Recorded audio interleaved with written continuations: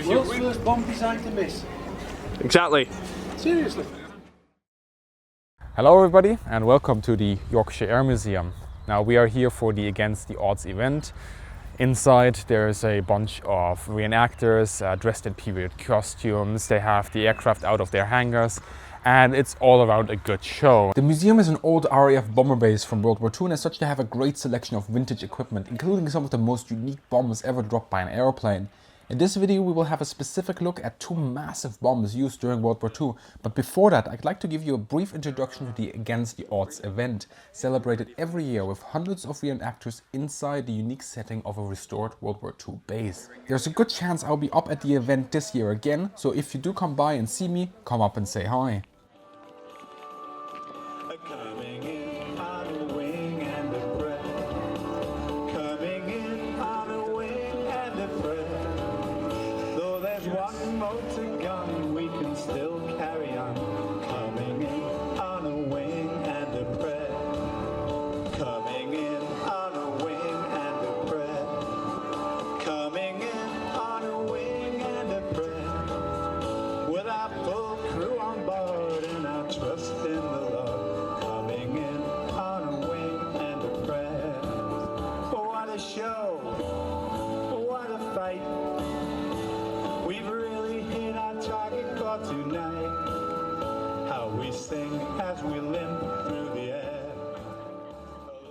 Here's a Handley Page Halifax, a heavy bomber from the RAF from World War II, and it's actually only one of two survivors restored to this state in the world. We have a full episode inside this aircraft going through every crew station, so make sure to check that video out after this one. But for now, let's show you some bombs.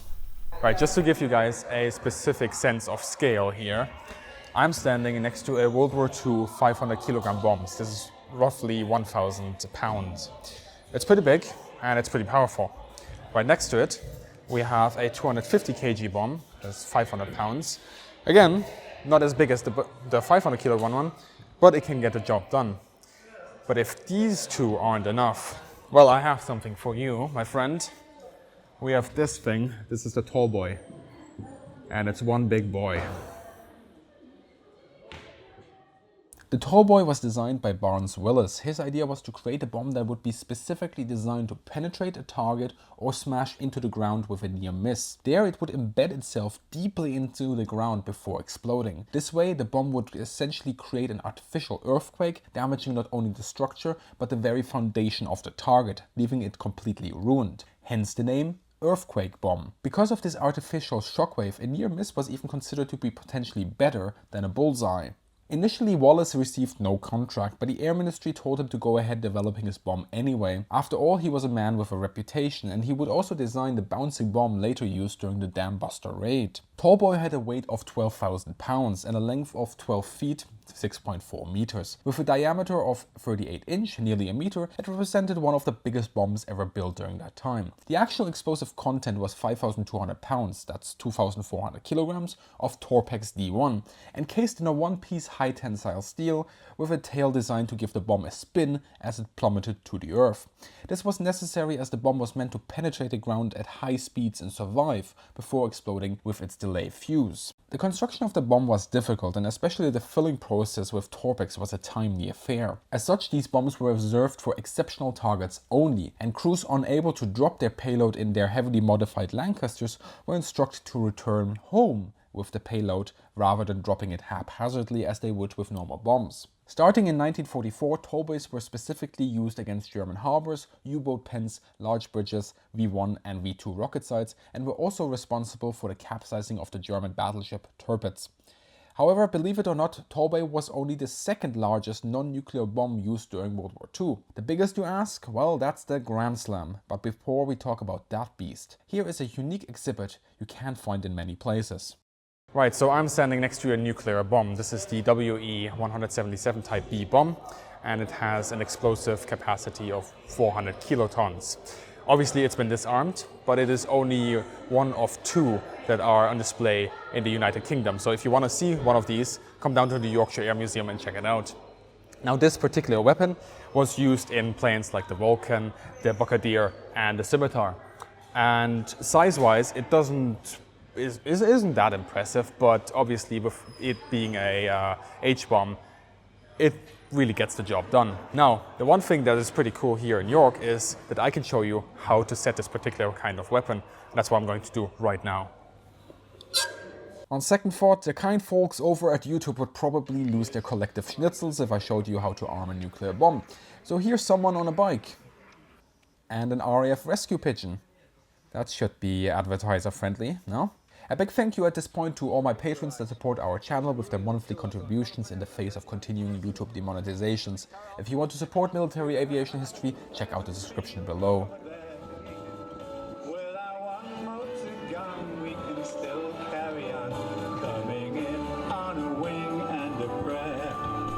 What a show! What a fight! We've really hit our target for tonight.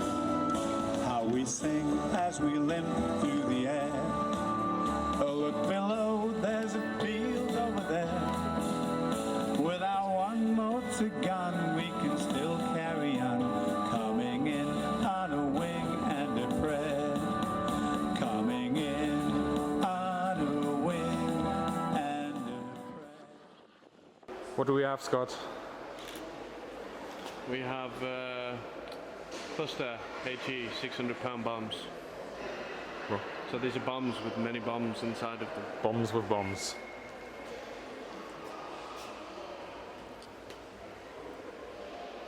So these would have been used in like the First Gulf War and things like that. Yeah. I think we signed a treaty that stopped us from using these a good few years ago as well. So we don't have them anymore. Now they're in museums? There were all sorts of demonstrations going on at the Agianst The Odds events, just like this one here. Ever wanted to know how bombs get disarmed? Well, here was a man you needed to listen to.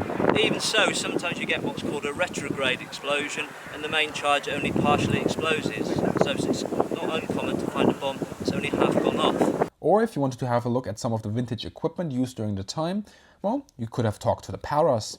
There was also the reenactment of an original bomber crew briefing that was going on. And if you want to be a little bit more practical, well, do you fancy yourself a good shot? Check out the Defensive Gunner Simulator. My cameraman and ex-service squaddy unsurprisingly beat me hands down. Ah well, I'll stay in the cockpit for now.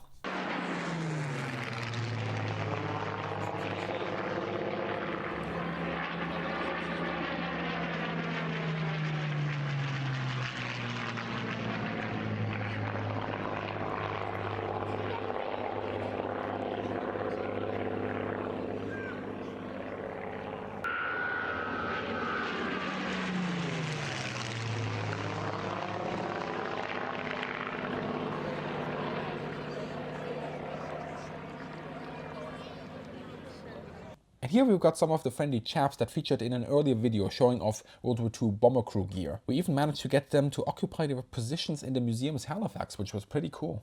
So, you've seen the Tallboy, but what about its bigger, meaner and more powerful cousin?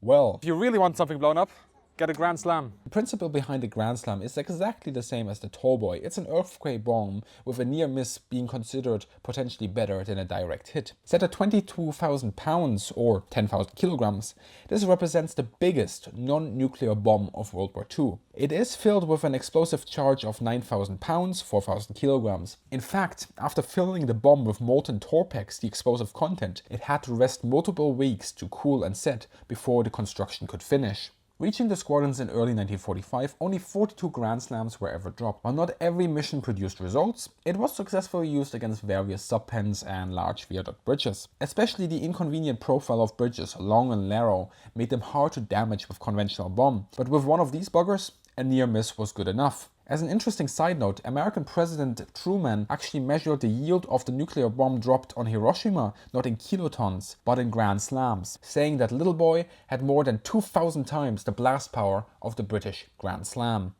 If you enjoyed this video, make sure to share and to support us on Patreon. As always, have a great day, good hunting, and see you in the sky.